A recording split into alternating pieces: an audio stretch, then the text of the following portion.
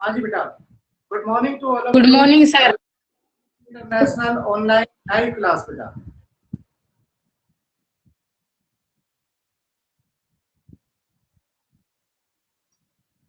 As you know that we have started our third chapter of the book Honeydew.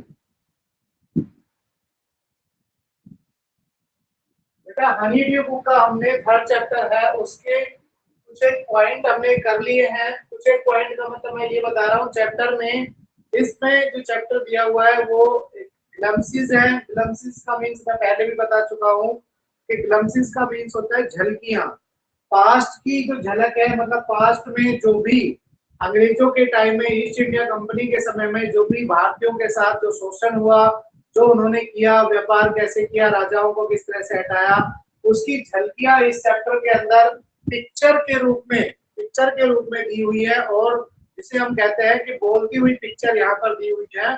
और बोलती हुई picture में आपको पता लगेगा कि ये जो बोलती हुई पिक्चर है, यानी कि जो पिक्चर जो सीन दिखाया गया है वो क्या वो वहां पर डिस्क्राइब कर रहा है, क्या बताने की कोशिश कर रहा है। इसमें जो हमारे 1, 2, 3 एंड 4 जो पॉइंट है वो एक पिक्चर के रूप में दिए हुए हैं, वो हम कर चुके हैं बेटा। Today we will going to start the portion number 5।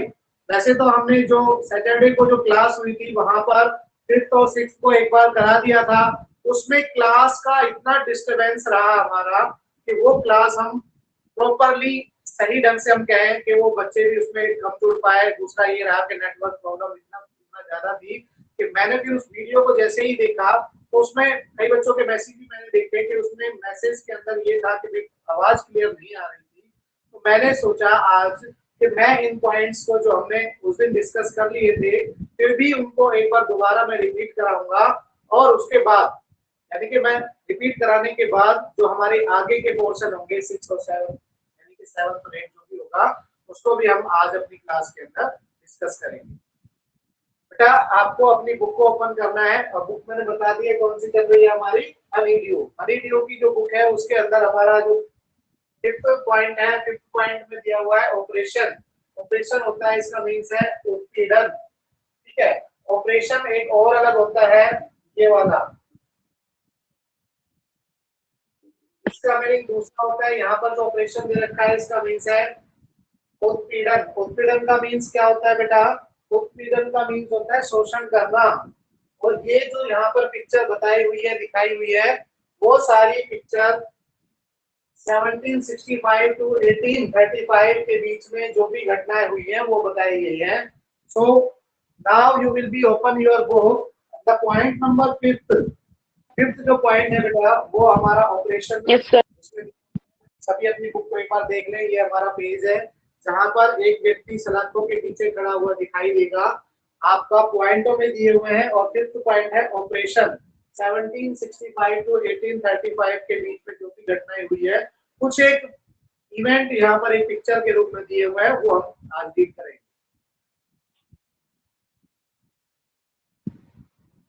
In words को जैसे कि मैं बता रहा हूँ आपको, ऑपरेशन को आपने मेंशन कर लेना है अपनी बुक में या फिर रफ नोटबुक में मेंशन कर लेना। इसका मीन्स होता है उत्पीड़न। और उत्पीड़न का भी मीन्स क्या होता है बेटा? उत्पीड़न का भी मीन्स होता है शोषण करना। क्या होता है? शोषण करना, किसी को बेवजह परेशान करना। अब इसमें दिया हुआ है कि एक व्यक्ति यहाँ पर सलाखों के पीछे दिखाई दे रहा है, उसमें वो क्या कहना चाह रहा है पिक्चर के द्वारा? उसमें ये बता रहा है कि but the British continue to oppress Indians. Oppress मतलब ऑपरेशन का ही मीनिंग है। और इसमें बताया गया है कि जो ब्रिटिश जो लोग थे, यानी कि ब्रिटिश ईस्ट इंडिया कंपनी में जो लोग थे, वो इंडियंस का उत्पीड़न कर रहे थे, इंडियंस का शोषण कर रहे थे। इन 1818 यानी कि 1818 में घटना बताई गई है 1818 की। They had pass regulation third. अब उन्होंने एक एक्ट पास किया, उन्होंने एक एक्ट पास किया, रेगुलेशन थर्ड जिसे नाम दिया गया रेगुलेशन थर्ड। उसमें क्या बताया गया?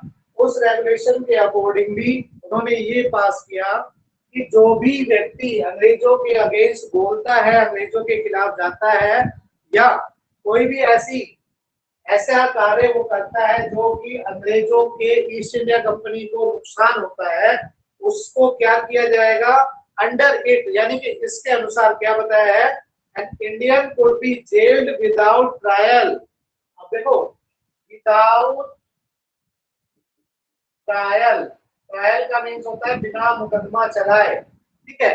ट्रायल मतलब कोर्ट में जो केस चलता है उसको बोला है विदाउट ट्रायल, बिना कोर्ट में मुकदमा चलाए उसे क्या कहां पर डाल दिया जाता था, जेल में डाल दिया जाता था, जेल में उसे भेज दिया जाता था।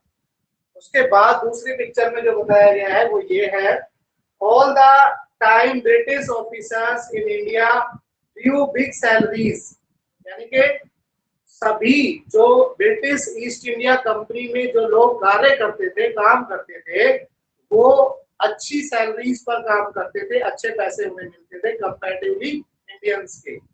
And also made fortunes in private business, और अपना भाग्य यानी कि प्राइवेट बिजनेस के अंदर अपना रहे थे, या ये कह सकते हैं निजी व्यापार में अपना भाग्य उन्होंने बनाया, अच्छे पैसे कमा रहे थे, ये कह सकते हैं। बेटा समझ में आ रहा है?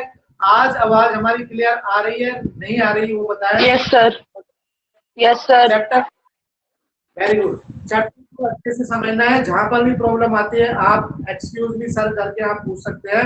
अगर कोई प्रॉब्लम है, इंटरप्ट नहीं करना है क्लास को, डिस्टर्ब नहीं करना है बेटा, ध्यान रखना, क्योंकि और भी बच्चे जुड़ रहे हैं जो भी टाइम अपना स्पेंड कर रहे हैं, यानी कि यहाँ पर अपनी क्लास को लाइन कर रहे हैं, उनको डिस्टर्ब नहीं करना है। कोई क्यूरी होती है, डाउट होता है तो पूछना जरूरी है, ठीक है। अभी इतना करेंगे, इसके बाद अब नीचे जो इसके नीचे नेक्स्ट वाली पिक्चर है उसमें आप देखोगे कि यहाँ पर कुछ लोग बैठे हुए हैं, एक यहाँ पर एक बिल्डिंग दिखाई गई है, उसमें लोग आपस में वहां पर रहते हुए क्या बात कर रहे हैं, बिल्कुल बारीक जो वर्ड्स हैं उनके अंदर दिया हुआ है पिक्चर के साथ साथ, उनको बेटा बड़े ध्यान से देखना है आपको। अब 1829 की बात आ जाती है।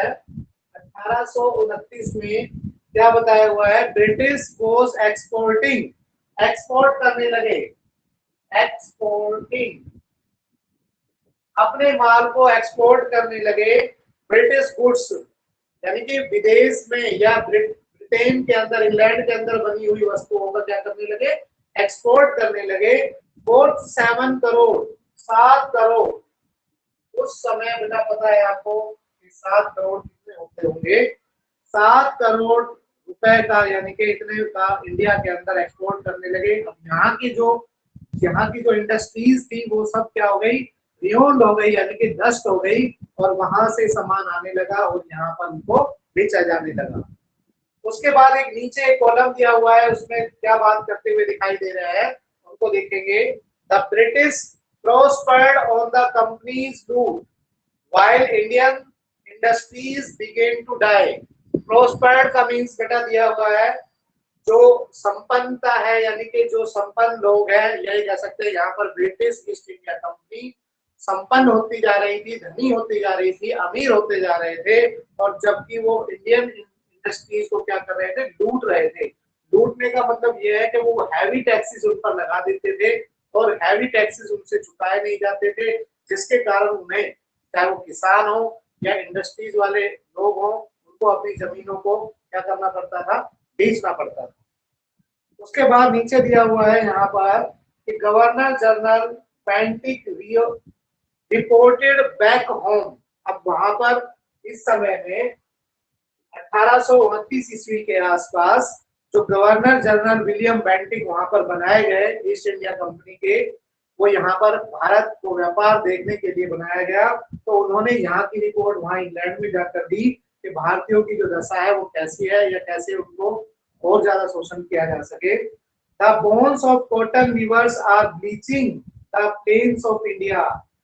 Bones of cotton weavers, weavers का मीन्स यहाँ पर बताया गया है कि जो कपड़ा बुनने वाले हैं, हाथ से काम करने वाले जो लोग हैं, भारतीय, यानी कि भारतीय जो हाथ से काम करने वाले लोग हैं, वो उनका जो काम था वो बिल्कुल चौपट होता जा रहा था। उनका जो, यानी कि जो भी वो काम कर रहे थे, उन्हें ना तो काम मिल रहा था, क्योंकि उनके कपड़ों की डिमांड नहीं थी। क्यों नहीं थी? क्योंकि इंग्लैंड से मशीन से जो माल तैयार होता था उसकी फिनिशिंग अच्छी आती थी, साफ कपड़ा होता था और कम पैसे के अंदर वो मिल जाता था। इसलिए भारतीय जो जुलाहे थे, ये जुलाहे मतलब जो कपड़े बुनने वाले थे, वो अपने धंधों को या अपने काम को नष्ट करते, यानी उनका काम नष्ट होता जा रहा। अभी ऑपरेशन के अंदर हमने इतना ही किया है, इसमें जो वर्ड आया है वो उत्पीड़न आया है, और भी जो 2-3 वर्ड आए हैं मैंने आपको बुक के अंदर मेंशन करा दिए हैं, और वर्ड मीनिंग के अंदर जो लिखने होंगे मैं बता दूंगा, अभी ये मेंशन करना है। Okay sir. उसके बाद बेटा आ जाता है हमारा जो 6th पार्ट है इसका, डिससैटिस्फैक्शन मेंशन करेंगे। डिससैटिस्फैक्शन का मीन्स है असंतुष्टि, संतुष्ट नहीं होना। अब भारतीय अंग्रेजों से संतुष्ट नहीं थे, और संतुष्ट ना होने का कई कारण मैंने बताया कि संतुष्ट क्यों नहीं थे, क्योंकि अंग्रेज यहाँ पर व्यापारी बनकर आए थे, और व्यापार करते करते उन्होंने पूरे साम्राज्य को अपने अंडर कर लिया, और जैसी पॉलिसी वो लागू करते थे इंडियंस को माननी पड़ती थी, नहीं तो उनके साथ और ज्यादा अत्याचार किए जाते थे।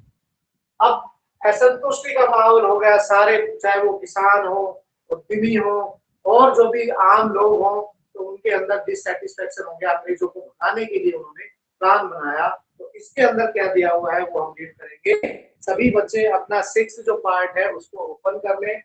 उसमें हम पढ़ रहे हैं डिससैटिस्फैक्शन, जो कि 1835 से 1856 के बीच में है, और आप सभी जानते हैं कि ये डिससैटिस्फैक्शन जब सारी तरफ फैल गया तो 1857 के अंदर मई 10 के अंदर, यानी कि 10 मई को जो 1857 की क्रांति है, मेरठ से, सभी जानते होंगे जिन्होंने हिस्ट्री के अंदर इस चैप्टर को पढ़ा है, मेरठ से 1857 की सबसे पहले, यानी कि वहां पर विरोध हुआ, और उसके बाद वहां से आगाज 1857 की क्रांति का यहाँ से शुरू हुआ। और सबसे पहले शहीद होने वाला जो जो कह सकते हैं कि शहीद था, वो था मंगल पांडे, सभी ने देखा है, और आप आज उसके बारे में रीड भी करेंगे, कुछ एक पार्ट में दिया हुआ है उनका। तो डिससैटिस्फैक्शन है, वहां से हम शुरू कर रहे हैं। देखो क्या होता है,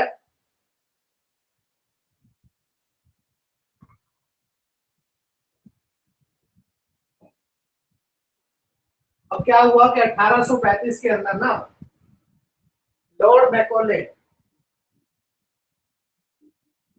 जो आपने सुना होगा, जिसने भारत में अंग्रेजी शिक्षा का प्रचार और प्रसार शुरू किया था, लॉर्ड मैकॉले उस समय वहां पर भारत में आया और गवर्नर जनरल बनकर आया। तो देखो इसमें बताया गया है, एक पॉइंट जो दिया हुआ है, सबसे पहले आप देखेंगे इधर लेफ्ट कॉर्नर के अंदर, education in India was Persian and Sanskrit. सबसे पहले 1835 तक जो एजुकेशन होती थी इंडिया के अंदर, वो किसमें होती थी, संस्कृत भाषा के अंदर, और दूसरी जो ऑप्शनल भाषा थी वो थी पार्शियन। कौन सी भाषा थी, पार्शियन। तो ये भाषा थी। An Englishman named Macaulay suggest a change. और मैकॉले जो था उसने क्या किया, उसने सलाह दी अपने अधिकारियों को, जो उच्च अधिकारी थे उससे, इंग्लैंड में जाकर, कि वहां की जो शिक्षा है यानी कि संस्कृत और पार्शियन, वो उसको चेंज करना चाहिए। क्यों चेंज करना चाहिए, इसका कारण भी आपको जानना चाहिए कि we should teach the native, native मतलब निवासी, नेटिव का मीन्स बेटा क्या होता है, वहां पे रहने वाले जो लोग, मतलब इंडिया के लोग, नेटिव, नेटिव बोला है यहाँ पर इंडिया के लोगों को, कि वहां पर जो नेटिव हैं थ्रू द इंग्लिश लैंग्वेज, यानी कि उनके अंदर इंग्लिश लैंग्वेज का प्रचार और प्रसार करो, यानी कि उनको इंग्लिश लैंग्वेज सिखाओ, ऐसा उसने बताया जाके। अब जो उसका बड़ा अधिकारी है वो इस बात पर सहमत हो गया, यहाँ पर बोलता हुआ दिखाई दे रहा है, आई एग्री। उसके बाद उसके साथ में जो एक कॉलम है उसमें लिखा हुआ है, English education produce clerk to home the British gave pity jobs under them. अब इंडियन जो थे, भारतीय जो थे, उन्होंने अंग्रेजी शिक्षा को सीखना शुरू किया, और सीख भी गए। तो अंग्रेजों ने क्या किया कि उनको सिर्फ लिमिटेड जॉब ही उनको दी, लिमिटेड जॉब भी, वो भी कौन सी वाली, जिसमें कम पैसे मिलते थे, यानी कि क्लर्क के रूप में हो, फोर्थ ग्रेड के रूप में हो, वही शिक्षा, वही केवल जॉब उनको दी, और जिससे उनको क्या देना पड़ता था, जो सैलरी थी वो कितनी, थोड़ी थोड़ी मात्रा में, यानी कि अंग्रेजों के मुकाबले पैटी बिल्कुल थोड़ी जो पैसे होते थे या जॉब में जो पैसे मिलते हैं, सैलरी मिलती है, वो बहुत कम दी जाती थी। किनको दी जाती थी कम? भारतीयों को। उन्होंने बेचारों ने इंग्लिश भी भारतीयों। सीख ली, उनको समझ भी लिया। फिर उसके बाद incidentally it also produce a new generation of intellectual. उसके बाद क्या हुआ कि ये चलो अंग्रेजी शिक्षा का प्रचार और प्रसार शुरू हुआ, लोग सीखने लगे और अब इनमें एक नया युग आने लगा, यानी कि भारतीयों में एक नए युग की शुरुआत होने लगी। अच्छा हो गया इंडियंस के लिए। कुछ एक लोग थे जो इस बात पे सहमत भी हो गए, we should educate our brother. एक व्यक्ति उनमें से जैसे सभा में बैठे हुए हैं, उन्होंने एक ने कहा, सजेशन दिया कि हमें अपने भाइयों को, अपने भाइयों मतलब भारतीयों को, हमें ज्यादा से ज्यादा शिक्षा देनी चाहिए and try to improve their materials conditions. और उनकी जो आर्थिक स्थिति है, जो उनकी दशा है, उसको चेंज करना चाहिए ताकि वो आगे पनप सके, यानी कि उनका विकास हो सके। और तीसरा व्यक्ति कहता है, for that we must convey our grievances to the British Parliament। उन्होंने कहा, एक व्यक्ति कहता है कि जो हम दुख सहन कर रहे हैं, ग्रीवियंस जो इसका मीनिंग है वो है दुख और पीड़ा, जो हम सहन कर रहे हैं उसको कहाँ पर बताना चाहिए? ब्रिटिश पार्लियामेंट के अंदर जाकर बताना चाहिए। तो लोग तरह तरह की बातें करना शुरू कर देते हैं। लोग जैसे ही इंग्लिश एजुकेशन का आता है युग, तो लोगों में क्या प्रतिक्रिया होती है वो इसमें बताया। और उसके बाद एक मैप था हमारा जो स्टार्टिंग के अंदर दिया हुआ था, 1700 के आसपास है, तो देख लेना। वहां पर केवल इस पार्ट के अंदर ही आपको देखने को मिलेगा कि केवल एक दो राज्यों के अंदर ही अंग्रेज यहाँ पर व्यापार करने के लिए आए थे। और 1856 तक, 1856 तक क्या किया कि पूरे साम्राज्य पर, लगभग पूरे साम्राज्य पर अंग्रेजों का क्या हो गया? आधिपत्य हो गया, यानी कि उन्होंने अपना शासन चलाना शुरू कर दिया, अपने यानी कि भारत को पूरा कंट्रोल कर लिया। उसके बाद क्या बताया गया है? they care little about the needs of Indians। कुछ लोग बातें कर रहे हैं कि वो तो भारतीयों की परवाह ही नहीं करते, बहुत कम ध्यान रखते हैं। उनमें से एक व्यक्ति कहता है, our kings have become puppet। puppets का मीन्स होता है बेटा कठपुतली। puppets का मीन्स होता है बेटा कठपुतली। और कठपुतली क्या होती है सभी जानते होंगे, जो कि दूसरा व्यक्ति उसको ऑपरेट करता है, यस सर। चलाता है, वो कठपुतली होती है। यानी कि उसकी डोर किसी दूसरे के हाथ में होती है और कठपुतली अपना काम करती है। तो ऐसे ही अंग्रेज लोग बन गए थे, यानी कि भारतीयों को कठपुतली बना दिया था, जैसा कहते थे वैसा वो शासन चलाते थे। And lands they are converting our brothers. वो कह रहे हैं कि अंग्रेजों के साथ रहकर कुछ लोग, हमारे भारतीय लोग उनके जैसा हो गए हैं, वो हमारे भाइयों को चेंज कर रहे हैं। You only talk, do something to drive them out। To drive इसका मीनिंग होता है बेटा, टू ड्राइव का मीन्स है बाहर निकालना। टू ड्राइव का मीन्स क्या है? बाहर निकालना। में तुम तो सिर्फ बातें ही करते हो, एक व्यक्ति कहता है, सिर्फ बातें ही करते हो, उनको बाहर निकालने के लिए कुछ करो, उनको बाहर यहाँ से निकालो। अंग्रेजों को, यानी कि अंग्रेजों के बारे में बातें कर रहे हैं कि उनको यहाँ से बाहर निकालो, तुम तो सिर्फ बातें ही करते हो। अब उसके बाद आ जाता है बेटा हमारा 10 पार के एक पार्ट और पढ़ेंगे, उसके फिर उसके बाद एक क्वेश्चन हम जरूर करेंगे। उसके बाद 7th पॉइंट आ जाता है हमारा 10 पार। स्पार्क का मीन्स होता है चिंगारी। स्पार्क का मीन्स होता है बेटा चिंगारी। तो इसको हम देखेंगे क्या बताया गया है इस क्वेश्चन के अंदर।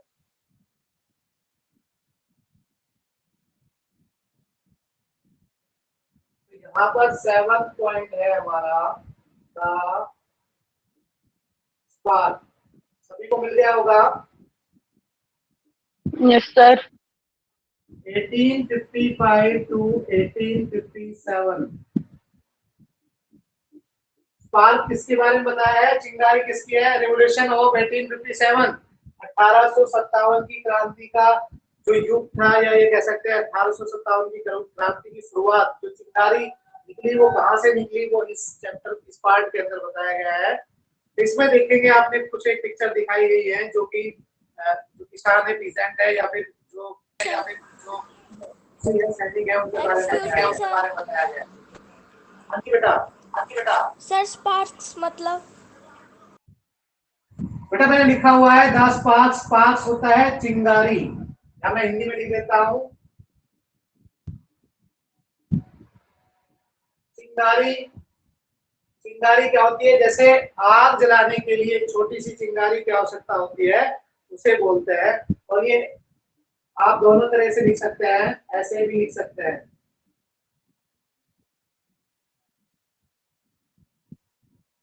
ठीक है बेटा।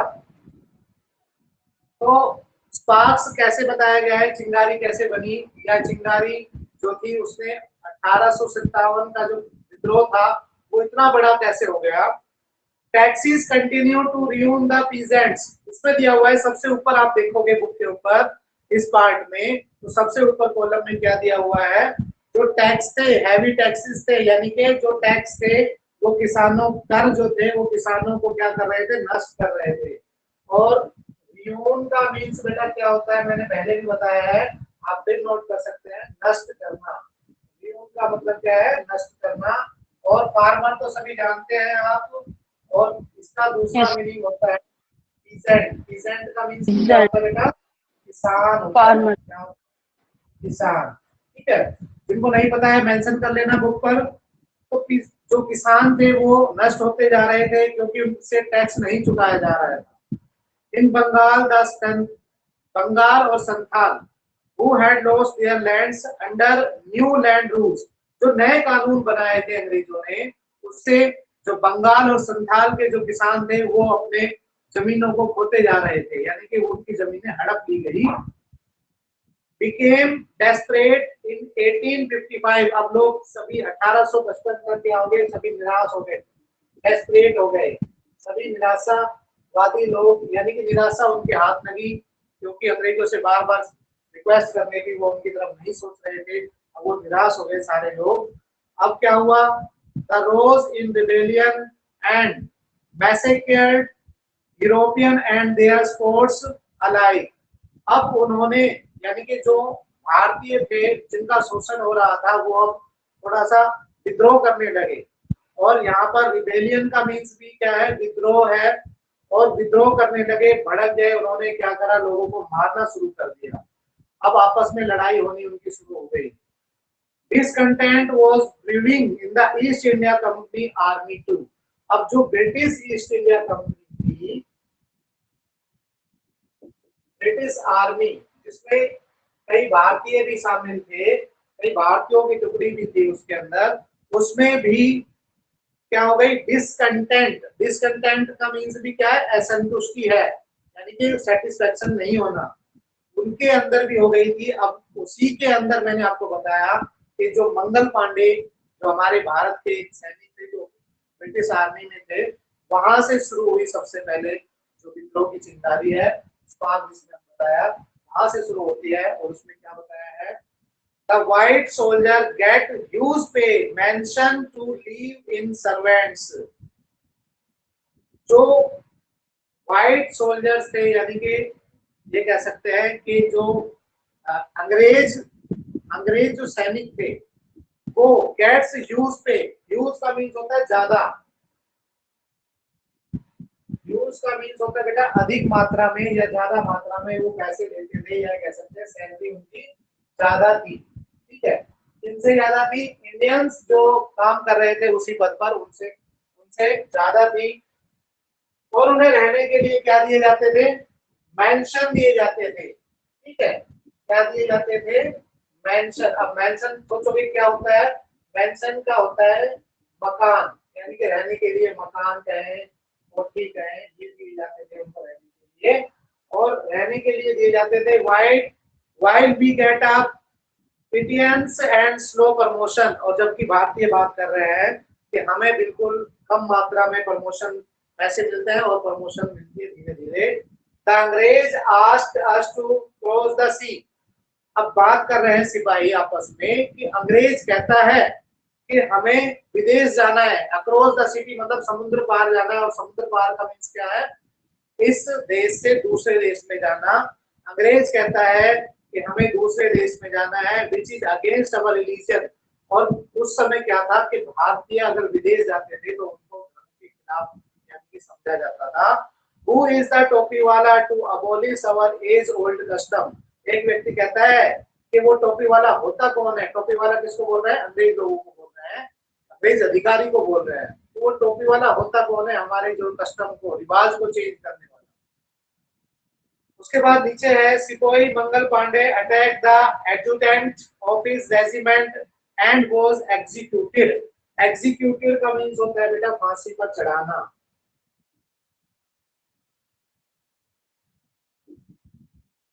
एग्जीक्यूटेड फांसी पर लटकाना, ठीक है। सिपाही जो मंगल पांडे था उसने अपने सहायक को, यानी कि जो उसका अधिकारी था, एक उसको मार दिया था और उसको मंगल पांडे को फिर क्या किया कि उसको फांसी पर चढ़ा दिया गया। उसके बाद नेक्स्ट कॉलम के अंदर दिया हुआ है थाउजेंड ऑफ अदर सिपाही रिवोल्टेड। उसके बाद हजारों जो सैनिक थे वो रिवोल्टेड हो गए, यानी कि उन्होंने विद्रोह शुरू कर दिया।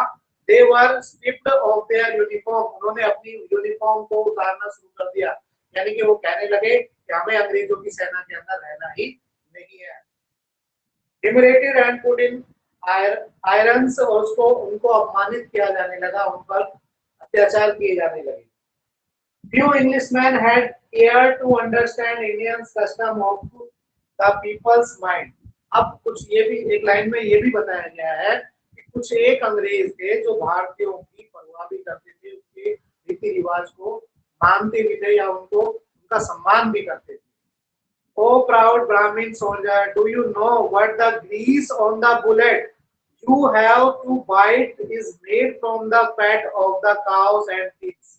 आपने सुना होगा इस घटना को कि जो 1857 की क्रांति का जो युग था या उसमें शुरुआत हुई, उसमें क्या हुआ कि जो कारतूस दिए जाते थे अंग्रेजों को, अंग्रेजों के द्वारा भारतीयों को या अंग्रेजी सेना को या भारतीय जो सेना में थे उनको, तो उनको जब काटना पड़ता था तो वो मुंह से छील कर काटना पड़ता था। इससे ये पता लगा उनको कि भाई इस कारतूस के अंदर जिनको छीलना पड़ता है उसमें गाय और सुअर की चर्बी होती है, तो इससे विद्रोह और भड़क गया। But the white man deceived us too. Deceived का मीन्स होता है बेटा धोखा देना, यहाँ पर डिसीव्ड है धोखा दिया। उस अंग्रेज ने हमें धोखा दिया है, यानी कि उनको बताया नहीं गया। तो एक व्यक्ति कहता है जो सैनिक है कि अंग्रेजों ने हमें धोखा दिया है।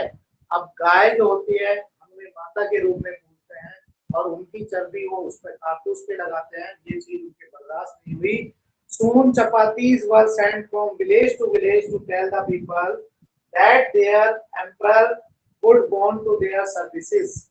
अब देखो साम्राज्य था अंग्रेजों का और अंग्रेजों ने कुछ एक लोगों को अपना हेल्पर हैंड बनाते हुए, यानी कि उन लोगों की सहायता की थी। जैसे भारत में कोई भी राजा है उसकी सहायता करती है तो उसको पुपेट बना दिया, तो वो उनकी सहायता करने लगे।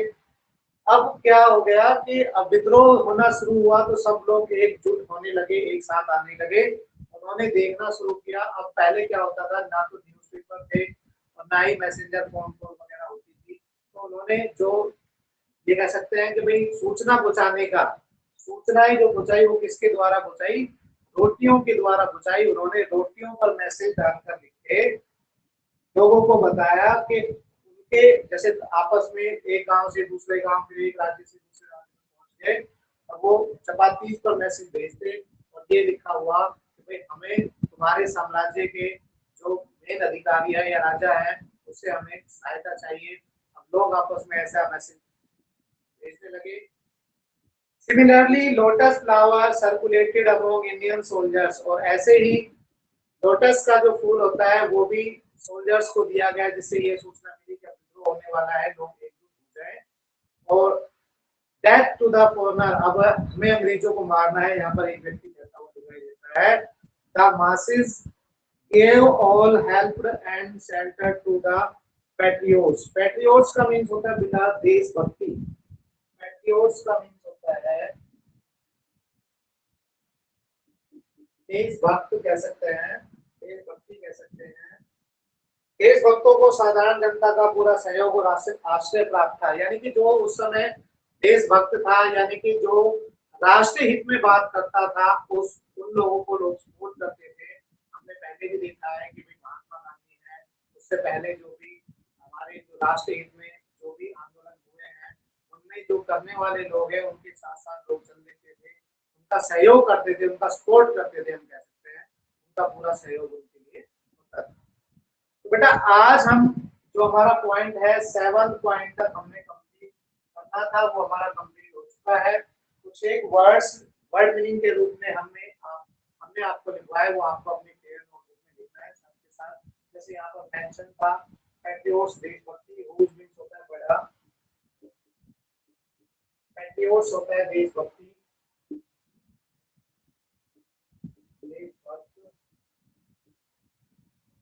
ठीक है। एग्जीक्यूटिव फांसी पर लटकाना, और डिसीव्ड का मींस होता है बेटा धोखा देना।